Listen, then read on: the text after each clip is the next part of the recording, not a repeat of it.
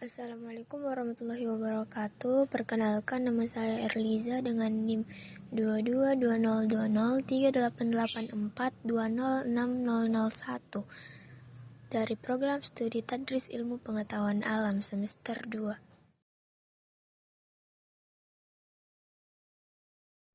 Pada mata pelajaran sains, laboratorium berperan sebagai integral dan kegiatan belajar atau mengajar di kelas. Hal tersebut disebabkan karena peserta didik tidak semata-mata hanya mendengarkan penjelasan dari gurunya saja, tetapi peserta didik juga harus mampu untuk mencari ilmu-ilmu yang ada di luar yang mewujudkan suatu pendidikan yang bersifat sains. Terdapat 4 alasan yang mendukung peran laboratorium dalam pembelajaran di sekolah, yaitu yang pertama, praktikum meningkatkan motivasi peserta didik untuk belajar dalam pembelajaran sains. Motivasi sangat berpengaruh terhadap proses belajar peserta didik. Peserta didik yang memiliki motivasi tinggi untuk belajar, maka peserta didik tersebut akan bersungguh-sungguh dalam mempelajarinya. Dengan adanya kegiatan laboratorium di sekolah, peserta didik akan memiliki rasa ingin tahu dan rasa ingin bisa yang tinggi dalam mencapai sesuatu. Mewujudkan suatu pendidikan yang bersifat sains, terdapat 4 alasan yang mendukung peran laboratorium dalam pembelajaran di sekolah, yaitu yang pertama, praktikum meningkatkan motivasi peserta didik untuk belajar dalam pembelajaran sains. Motivasi sangat berpengaruh terhadap proses belajar peserta didik. Peserta didik yang memiliki motivasi tinggi untuk belajar, maka peserta didik tersebut akan bersungguh-sungguh dalam mempelajarinya.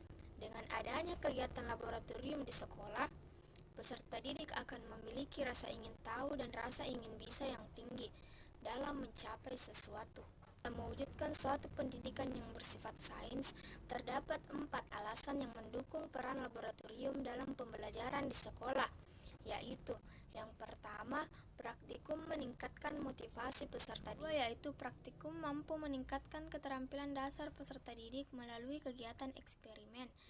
Kegiatan eksperimen merupakan salah satu kegiatan yang seringkali dilakukan oleh para ilmuwan di dunia. Selain itu, dalam melakukan kegiatan eksperimen diperlukan adanya keterampilan dasar yang harus dimiliki oleh seorang peserta didik, seperti mengamati, mengestimasi, mengukur, membandingkan, serta mampu memanipulasi peralatan-peralatan yang ada di laboratorium. Begitu pula dengan keterampilan sains lainnya. Yang ketiga, praktikum berperan sebagai sarana belajar peserta didik dalam pendekatan ilmiah. Cara paling tepat untuk belajar dalam pendekatan berbasis ilmiah berdasarkan keyakinan para ahli, yaitu salah satunya adalah menjadikan peserta didik sebagai ilmuwan. Yang keempat, praktikum mampu menyokong materi pembelajaran. Praktikum berfungsi sebagai wadah dalam memberikan kesempatan bagi peserta didik untuk mendapatkan dan membuktikan teori. Adapun fungsi laboratorium sains adalah yang pertama, yaitu laboratorium sebagai sumber belajar. Yang kedua, tujuan pembelajaran IPA dengan banyak variasi dapat dieksplorasi, ditetapkan dan diekspresikan dan dikembangkan di laboratorium. Yang ketiga, laboratorium sebagai metode pendidikan. Ada banyak metode untuk mencapai tujuan pembelajaran IPA. Namun, ada 2 metode terpenting dalam kegiatan laboratorium IPA, yaitu metode observasi dan metode eksperimen. Dan yang keempat, laboratorium sebagai sarana prasarana pendidikan. Laboratorium berfungsi sebagai prasarana pendidikan atau sebagai tempat proses belajar mengajar. Adapun menurut Sabtono, fungsi dari ruangan laboratorium IPA atau sains sebagai berikut. Yang pertama, tempat pembelajaran IPA dan memberikan keterampilan-keterampilan. Yang kedua, tempat dihasilkannya teman-teman baru, baik teori-teori maupun teknologi. Yang ketiga, tempat berlangsungnya kegiatan pembelajaran biologi secara praktik yang memerlukan peralatan khusus. Yang keempat, tempat mempraktikkan dan membuktikan benar atau tidaknya atau verifikasi faktor-faktor gejala-gejala tertentu. Yang kelima, tempat kegiatan penunjangan dari kegiatan kelas. Yang keenam, tempat display atau pameran. Menurut Soekarso, secara garis besar, fungsi laboratorium dalam pendidikan adalah yang pertama, sebagai tempat untuk berlatih mengembangkan keterampilan intelektual melalui kegiatan pengamatan, pencatatan, dan pengkaji gejala-gejala alam.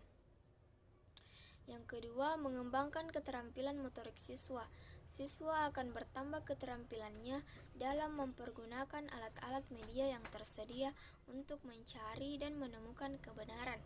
Yang ketiga, memberikan dan memupuk keberanian untuk mencari hakikat kebenaran ilmiah dari suatu proyek dalam lingkungan alam dan sosial. Yang keempat, memupuk rasa ingin tahu sebagai modal sikap ilmiah seorang calon ilmiah. Yang kelima, membina rasa percaya diri sebagai akibat keterampilan dan pengetahuan atau penemuan yang diperoleh. Yang kedua yaitu macam-macam laboratorium dan peranannya dalam pembelajaran. Laboratorium tentunya dapat dibedakan sesuai bidang kajiannya masing-masing. Ada laboratorium fisika, kimia, biologi, matematika, dan lain-lain.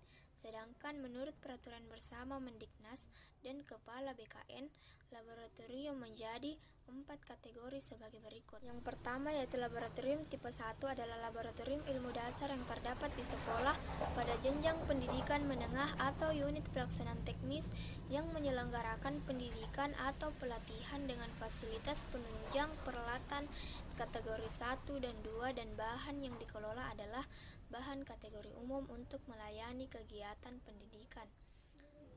Yang kedua yaitu laboratorium tipe 2 adalah laboratorium ilmu dasar yang terdapat di perguruan tinggi tingkat persiapan atau unit pelaksana teknis yang menyelenggarakan pendidikan dan atau pelatihan dengan fasilitas penunjang peralatan kategori 1 dan 2 dan bahan yang dikelola adalah bahan kategori umum untuk melayani kegiatan pendidikan mahasiswa. Yang ketiga, laboratorium tipe 3 adalah laboratorium bidang keilmuan terdapat di jurusan atau program studi atau unit pelaksana teknis yang menyelenggarakan pendidikan atau pelatihan dengan fasilitas penunjangan peralatan kategori 1, 2, dan 3 dan bahan yang dikelola adalah bahan kategori umum dan khusus untuk melayani kegiatan pendidikan dan penelitian mahasiswa dan dosen. Yang keempat yaitu laboratorium tipe 4 adalah laboratorium terpadu yang terdapat di pusat studi fakultas atau universitas atau unit pelaksana teknis yang menyelenggarakan pendidikan atau pelatihan dengan fasilitas penunjang peralatan kategori 1, 2, dan 3 dan bahan yang dikelola adalah bahan kategori umum dan khusus untuk melayani kegiatan penelitian dan pengabdian kepada masyarakat